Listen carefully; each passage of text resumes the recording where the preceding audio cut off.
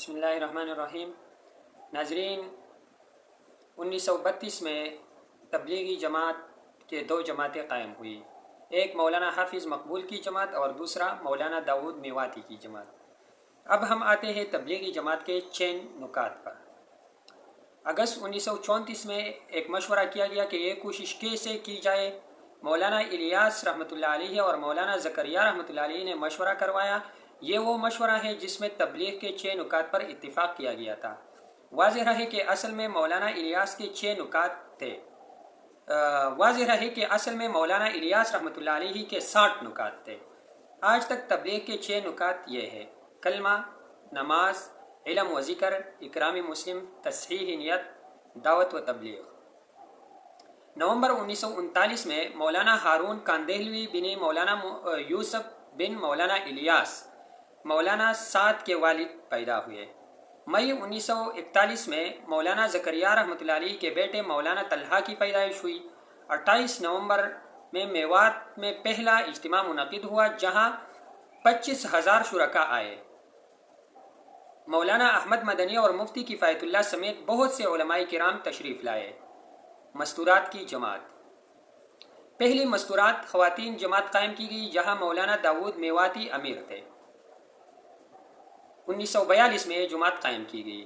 پہلے تو مولانا یوسف اور مولانا انعام الحسن سمیت کئی علماء کرام ایسی جماعت سے متفق نہیں تھے، تاہم اس طرح کی جماعت کی وضاحت اور مکمل ترتیب یعنی طریقہ کار بتانے کے بعد انہوں نے اس کی مکمل تائید کی۔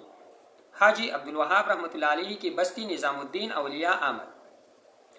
جنوری 1944 میں حاجی عبدالوہاب اس وقت 22 سال کی عمر کے تھے کہ نظام الدین مرکز گئے اور دعوت کے کام میں شامل ہوئے۔ مولانا الیاس رحمۃ اللہ علیہ کے انتقال سے پہلے وہ 6 ماہ تک مولانا الیاس رحمۃ اللہ علیہ کی صحبت میں رہے۔ مولانا محمد الیاس رحمۃ اللہ علیہ کی بیماری اور ان کی نیابت کی فکر۔ مئی تا جولائی 1944، اس پورے مہینے میں مولانا الیاس رحمۃ اللہ علیہ کی بیماری دن بدن بڑھتی گئی۔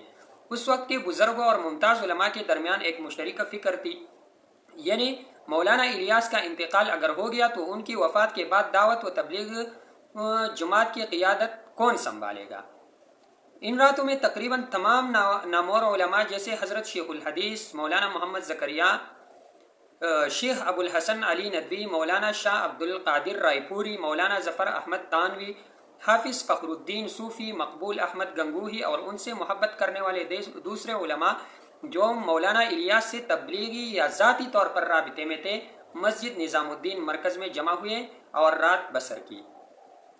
ان علماء کی نظر میں دعوت و تبلیغ کی جماعت میں مولانا الیاس رحمۃ اللہ علیہ کی امارت کی جگہ لینے کے لیے سب سے موزوں ترین شیخ الحدیث مولانا زکریا رحمۃ اللہ علیہ تھے۔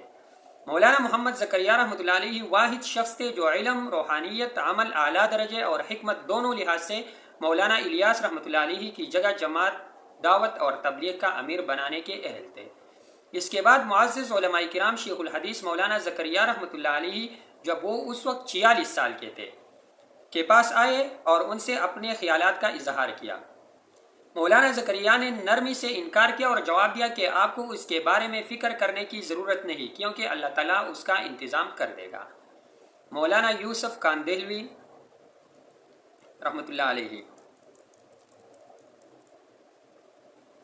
کی بطور مولانا یوسف کاندہلوی کی بطور جانشین نامزدگی۔ جولائی 1944 میں مولانا الیاس رحمۃ اللہ علیہ کے انتقال سے 2 دن پہلے مولانا الیاس نے مولانا زکریا اور شیخ عبد القادر رائے پوری کو مشاورت کے لیے بلایا۔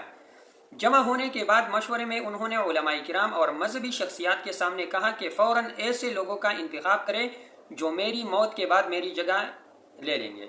میں چاہتا ہوں کہ وہ میرے سامنے بیعت کرے۔ میری پسند کے 6 لوگ ہیں: مولانا حافظ مقبول، مولانا داود میواتی، مولانا احتشام الحسن، مولانا یوسف کاندہلوی، مولانا انعام الحسن، مولانا سید بھوپالی۔ ذاتی طور پر میں مولانا حافظ مقبول کو تجویز کرتا ہوں کیونکہ وہ طویل عرصے سے ذکر اور اس کوشش دونوں میں شامل ہے۔ دوسری طرف مولانا شاہ عبد القادر رائے پوری نے مولانا یوسف کو دعوت و تبلیغ کا اگلا امیر بنانے کی تجویز دی۔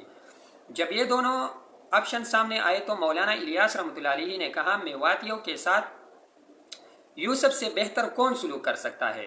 ان خیالات کی بنیاد پر مولانا عبد القادر رائے پوری نے بالآخر مولانا یوسف کو دعوت و تبلیغ کا امیر بنانے کا فیصلہ کیا۔ اس وقت مولانا یوسف کی عمر 27 سال تھی۔